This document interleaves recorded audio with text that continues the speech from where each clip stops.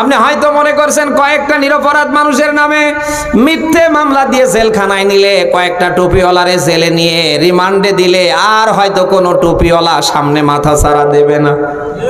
কে বলেছে আপনারে? আপনি নিয়েছেন যদি একটা, তাকিয়ে দেখেন আমার আল্লাহ 10টা বের করে দিয়েছে। কালকে যদি ধরেন 10টা, ওই জায়গায় আল্লাহ 100টা বের করে দেবে।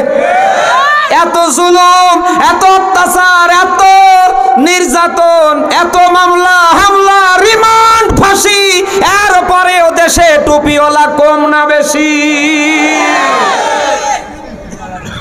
কারণ কোরআনের অসংখ্য মজেদা আছে, তার ভেতরেই কোরআনের গুরুত্বপূর্ণ একটা মজেদা হচ্ছে একে বিদায় করবার জন্য যারা যেখান থেকে চেষ্টা চালিয়েছে কেউ একে বিদায় করতে পারেনি। যত বেশি এর গায়ে হাত দেয়া হয়েছে তত বেশি এটাকে ঘরে ঘরে আল্লাহ পৌঁছায় দিয়েছে। আপনি কোরআনের পক্ষের সমর্থক কর্মী, লিডারদের উপরে যত জুলুম, যত অত্যাচার, যত মামলা হামলা রিমান্ড চালাবেন তত বেশি কোরআনের জন্য এই বাংলার জমিনটাকে আল্লাহ উর্বর করে দেবে। তার বাস্তব প্রমাণ আজ সারা বাংলাদেশ জুড়ে তা গান, সিনেমা হল সব বন্ধ, অপরদিকে চালু হয়েছে এই কোরআনের মাহফিল। আপনি যে প্ল্যান, যে পরিকল্পনা হাতে নিয়েছেন, আপনি হয়তো আজকে নিয়ত করছেন আমি করব এটা, সকালে হয়ে যাচ্ছে আর একটা। এই কথাটা বলছি, আপনারা চিংড়ি মাছ চিনেন তো নাকি? ও লাভ দেয় সামনে যাবার, ও যেতে পারে না। আরো কোথায় আসে? আরো জোরে বলেন। ও যত গুণে লাভ দেয় সামনে যাবার, ও তো যেতেই পারে না, তার চেয়ে বেশি গুণে পিছনে ফেলে। কাফের মুশরিক জালিমদের অবস্থা ঠিক একই ভাবে। ওরা চেষ্টা করে কয়েকটা টুপিওয়ালাকে মিথ্যে মামলা দিয়ে জেলে নিলে, রিমান্ড দিলে, ফাঁসি দিয়ে মারলে আর হয়তো কোরআন নিয়ে সামনে কেউ মাথা চাড়া দেয় না, দেবে না।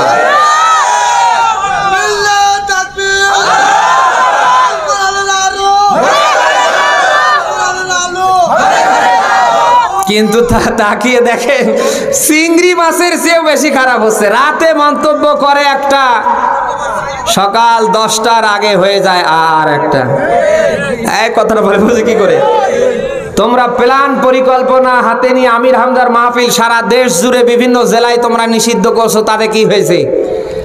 এক হামজাকে 3 বছর জেলে রাখার পরে হাজার হাজার হামজা ময়দানে তৈরি হয়েছে। এক আজহারি আজ দেশে নেই, লক্ষ আজহারি বাংলায় তৈরি হয়েছে। এক আল্লামা সাঈদী আমাদের মাঝে নেই, লক্ষ আল্লামা সাঈদী বাংলার মাটিতে তৈরি হয়ে গেছে। অতএব কোরআনের সমর্থক কর্মী, কোরআনের পক্ষে যারা কথা বলে, আপনি যতই চেষ্টা চালান তাদের বিদায় করতে পারেন না, পারবেন না। কারণ এই কোরআনের হেফাজত পৃথিবীর কোন হুজুরকে আল্লাহ দেয়নি। এই দাখিল মাদ্রাসার এই প্রিন্সিপাল স্যারের হাতে দিয়েছে, সুফার মহোদয়ের হাতে দিয়েছে, ফাজিল মাদ্রাসার হুজুরদের হাতে দিয়েছে, কামিল মাদ্রাসার, কওমি মাদ্রাসার হুজুরদের হাতে দিয়েছে। এই কোরআন কার হাতে? কে রেখেছে? অতএব যতই চেষ্টা করেন এ কোরআন বিদায় হয় না, হবে না। এ পক্ষের শক্তিকে যতই চেষ্টা করেন দুর্বল করবার, দুর্বল করতে পারবেন না, বরং আপনি দুর্বল হয়ে দুনিয়ার থেকে বিদায় নিয়ে যাবেন। অতএব যা করছেন একটু ঠান্ডা মাথায় চিন্তা ভাবনা করেন। বড় অবাক লাগে, দুঃখ লাগে, ভাবতে কষ্ট লাগে। এই কাজগুলি আজ যদি বিধর্মীরা করত মানা যেত, অন্য কোন ধর্মাবলীরা যদি করত তাদের দ্বারা মানাতো। কিন্তু আপনি মুসলমানের ঘরে জন্ম নিয়ে আগা কেটে এই কাজগুলি করছেন, এগুলি কেমনে মানতে পারি? আমারে বলেন বলেন বলেন বলেন। আজকে কোরআনের ময়দানে কথা বলতে কোনো হিন্দু, বৌদ্ধ, খ্রিস্টান বাধা দেয় না। বাধা দেয় কারা? আরো জোরে বলেন। আজকে আলেমদেরকে জেলখানায় নিয়ে কষ্ট দিচ্ছে কারা? আওয়াজ করে বলেন। সবকিছুর কিন্তু শেষ আছে, সবকিছুর একটা শেষ আছে, সবকিছুর একটা শেষ আছে। আল্লাহর আদালত আছে না? আছে না? আছে না? ওখানে দাঁড়াতে হবে না? হবে না? আপনি আজ যা করছেন, শক্তি দিয়ে হোক, ক্ষমতা দিয়ে হোক, আপনার হাত দিয়ে হোক, আপনার অর্থনৈতিক দিক দিয়ে হোক, এগুলির বিচার আল্লাহর আদালতে হবে না?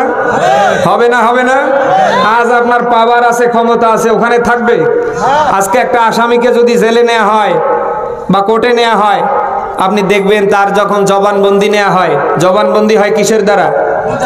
সবাই আওয়াজ করে বলেন। কিন্তু আখিরাতে আল্লাহর জেলখানা আছে না? ওখানে কি আল্লাহ মুখের দ্বারা জবানবন্দি নেবে? টোটাল মুখটা আল্লাহ বন্ধ, সেলাই করে দেবে। আল ইয়াউমা নাখতিমু আলা আফওয়াহিহিম ওয়া তুকাল্লিমুনা আইদিহিম ওয়া তাশহাদু আরজুলুহুম বিমা কানু ইয়াকসিবুন। সূরা ইয়াসিন 36 নম্বর সূরার 23 নম্বর পারার 3 নম্বর পৃষ্ঠার 65 নম্বর আয়াত এটা। আল্লাহ তাআলা বলেন কিয়ামতের ময়দানে মানুষের মুখ আমি সেলাই করে দেব, মোহর মেরে দেব, বন্ধ করে দেব, মুখ কথা বলতে পারবে না। আল্লাহ তাআলা ডাক দেয়া বলবে বান্দার হাত কথা বল, বান্দার হাত ডাক দেয়া বলবে রব্বুল আলামিন তোমারে দিয়ে আয়াত ডাক দেয়া বলবে রব্বুল আলামিন আমারে দিয়ে তোমার এই বান্দা হাজার হাজার নিরপরাধ মানুষের উপরে জুলুম চালিয়েছে, জেলখানায় দিয়ে রিমান্ডে নিয়ে টর্চার চালিয়েছে। পাকে আল্লাহ ডাক দিয়ে বলবে পা বল তোরে দিয়ে আমার বান্দা কি কি করেছে। এক এক করে পাও কিন্তু কিয়ামতের ময়দানে এক এক করে সব ব্যাখ্যা করে করে বলে দেবে। অতএব কারণে সেই আখিরাতকে ভয় করুন, আল্লাহর সামনে দাঁড়াতে হবে।